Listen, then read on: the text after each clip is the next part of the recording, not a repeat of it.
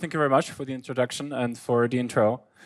As mentioned, I am founder and lead designer of Qdesigners, which is innovation studio, and our mission is to design innovation with positive impact for the people and for the world, which is kind of abstract. Today I'm going to look into one of our case studies, the most recent one, also the most probably public one, and the name is skupin.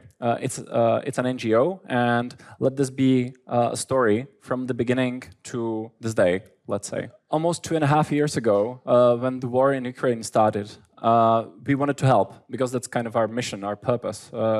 We call ourselves innovation designers with positive impact, so we should help in a situation like that. From day one, we started doing research, and in about 1 or 2 weeks from the beginning of war, we gathered the biggest problems this will bring to the Czech Republic. This is what we do at the start of all innovation projects. We do research, and then we put the problems on the wall and put it on a map. And we decided from the day one to focus on a project with lasting impact, with something that brings system problems, not just temporary ones. And one of those problems was there's going to be 500,000 people coming, most of them women or children, and there are no preschools in the Czech Republic. There haven't been for the last 20 years, and no one actually dealt with the problem. How is that? Okay, so we decided from the start that this is the problem we're going to tackle, we're going to trying to solve. And we founded the NGO, the skupin. The first call to action was we are looking for 100 apartments to rent, because if we're going to build 100 child groups or 100 daycare centers or 100 preschools, we need the locations, obviously. So this was the second week, I think, from the start of the project, and I wrote an article, and we just spread the word. At this point, it was 3 of us. It was me, František, and Linda from our innovation studio. So just 3 people working on this in our pretty much spare time, because we had other projects to work on. And another call to action was, okay, if you're going to build 100 kindergartens, we're going to need a lot of money. So I put pencil to the paper and come up with a figure, which surprisingly held test of time. And we were looking for fundraising specialists, pretty much people who was going to help us to fundraise the money in order to make this happen.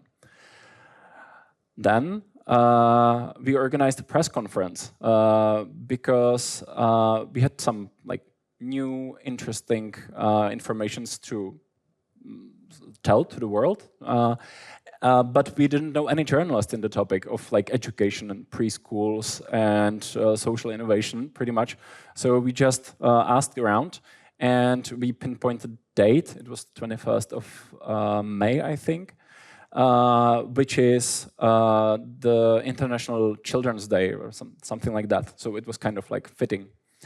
And at the event, we announced this. IKEA was a first partner of our new up-and-coming project. And what it meant is that they actually supported us by giving furniture to our preschools in the magnitude of 10 million Czech crowns, which is furniture for free for 100 kindergartens.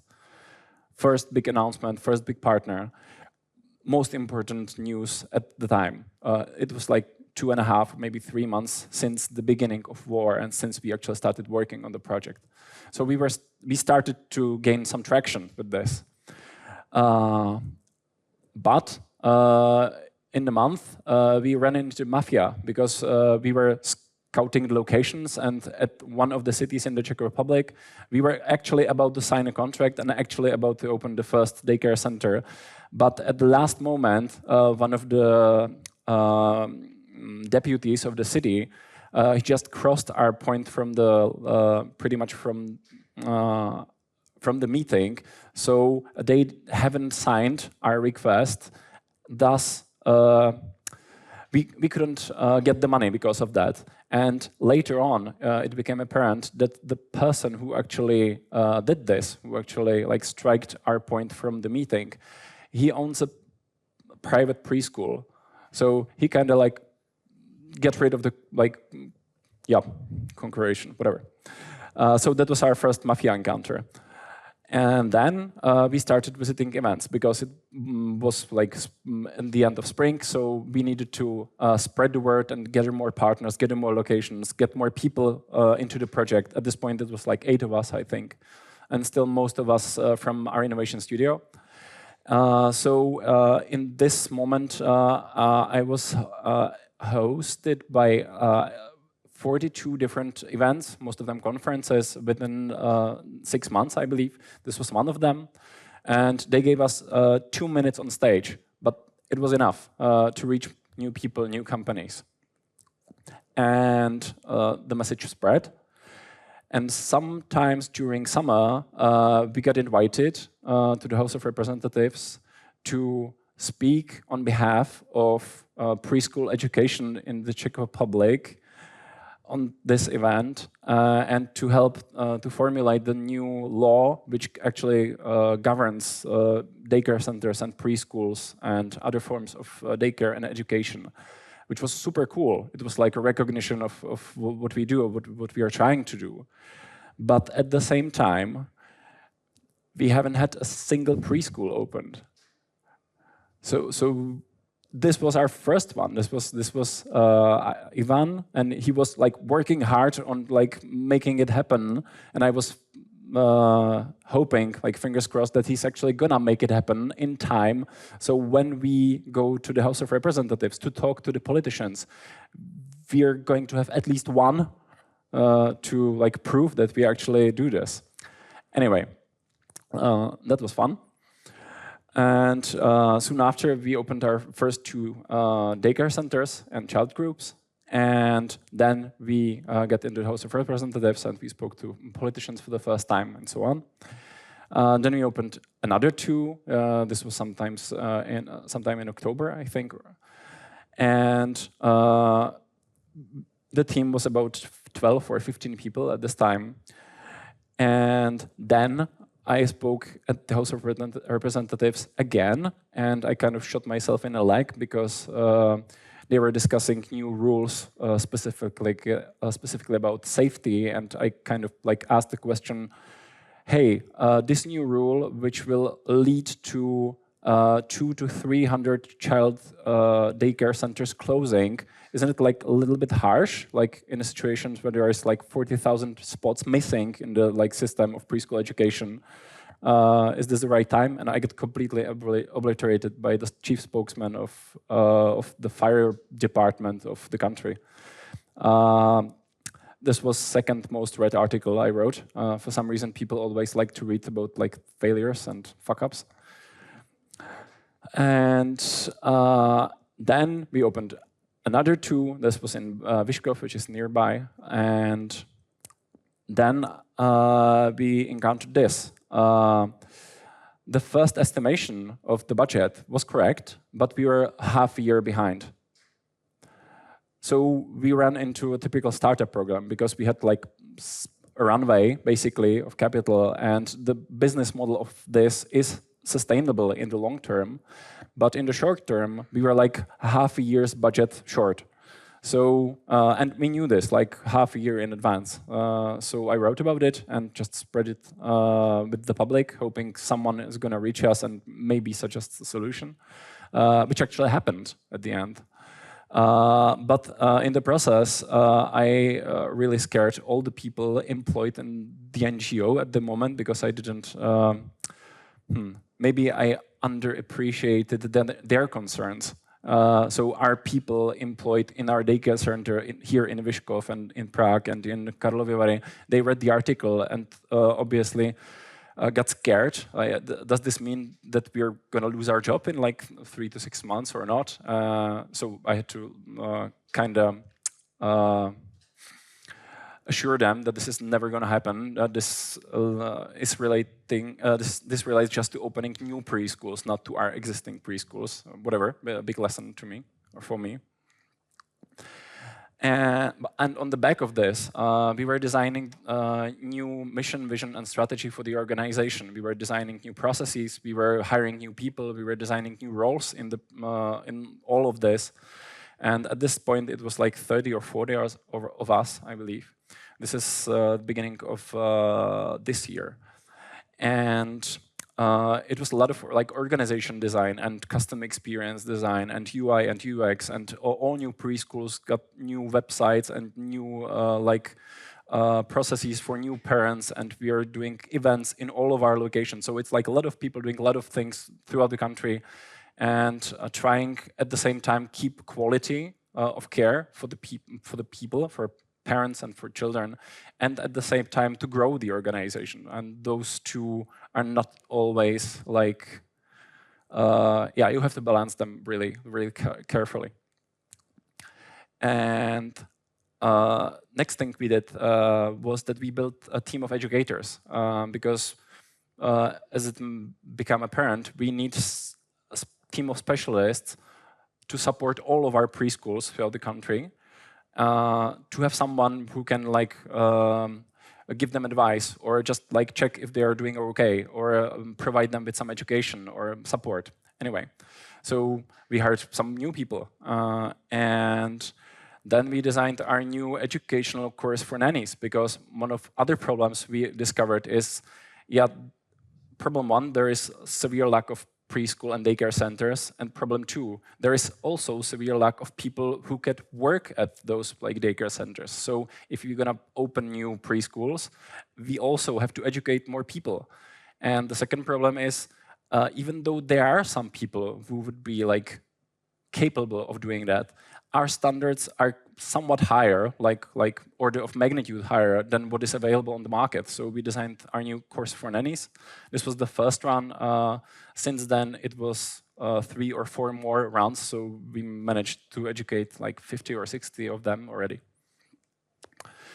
And then a second problem with funding, because we kind of assumed that we're going to get supported by the government, because there is a grant for opening new preschool and daycare centers, and they sliced it and pretty much shrinked it to a third of original allocation. So we had like 22 new locations, and we were like ready to start building new daycare centers, and they shrink the grant. Then we applied, and we got supported on 0 of them. So we had 22 locations and 0 money to actually develop them and to actually open the new preschool and daycare centers. That was kind of harsh.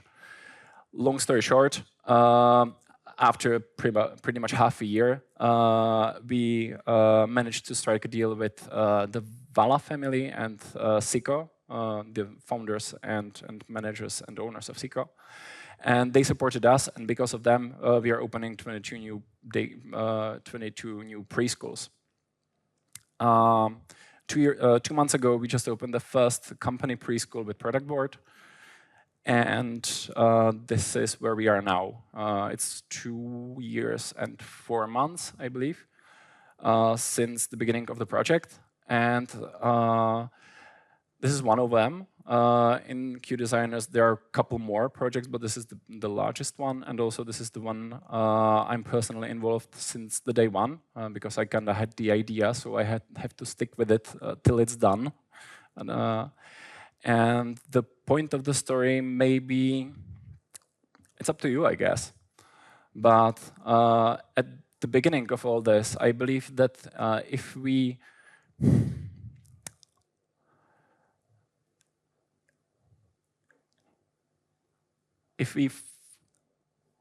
pinpoint the right problem, and if we give people the opportunity to help, people will come and support us, because this wouldn't be possible without the support of people.